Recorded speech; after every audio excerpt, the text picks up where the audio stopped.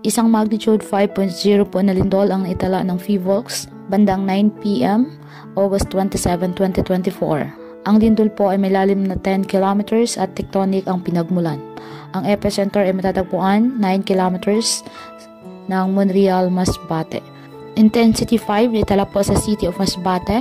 Intensity 4 Monreal, Batuan at San Fernando, Masbate. Intensity 3 Uson, Mubo, Dimasalang at Milagros, Masbate. Tagapulaan and Almagro, Samar, San Vicente, Northern Samar. Intensity 2 Baleno, Katayngan, Aroroy, Palanas, Mandaon at Claveria, Masbate. Alien, Victoria, San Isidro and Lavizares, Northern Samar. At intensity 1 naman sa Lape de Vega, Northern Samar. Pinag-iingat po ang mga residente at maging alerto sa posibleng aftershocks.